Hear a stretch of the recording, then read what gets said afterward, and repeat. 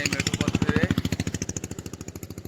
এগিয়ে গিয়ে দেখবো যে ওইখানে এই সকালে কারা যেন রস খেতে এসেছে, খেজুরের রস খেতে এসছে।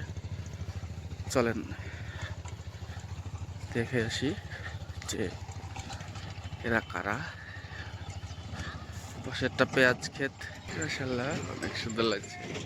সেলিম মামার শশা ক্ষেত, শশা গাছগুলো কেবলমাত্র বানে ওঠা শুরু করেছে। এদিকে চাচারা সাথে যাচ্ছে। এটাও গাছগুলা বেশ মোটামুটি বড়ই হয়ে গেছে। শশা গাছগুলা, গাছের গ্রোথও ভালো আছে। এই যে রাজস্ব খাতের অর্থায়নে পেঁয়াজ চাষ করা হয়েছে এখানে।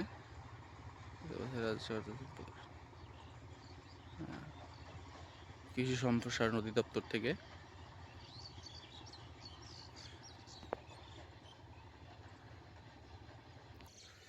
এখানে ধানের পাতা দেওয়া হয়েছে।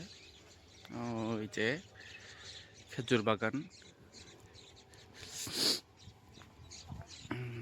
খেজুর বাগানে গাছ থেকে একজন রস পাড়ছে আর সবাই অপেক্ষা করতেছে, রস খেতে আসছে।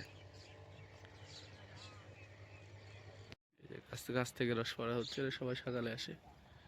এই যে বাইক নিয়ে সকালবেলা চলে আসছে রস খাওয়ার জন্য। এই যে কয়েক ভাই, এই যে কয়েকজন,